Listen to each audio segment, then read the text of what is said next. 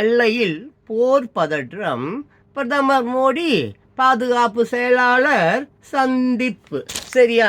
இங்கே இந்த நாளை போர்க்கால ஒத்திகை, மாநிலங்களுக்கு மத்திய அரசு உத்தரவு. ஏப்பா இந்த ஒத்திகைன்னா என்னன்னு உங்களுக்கு தெரியும் தானே?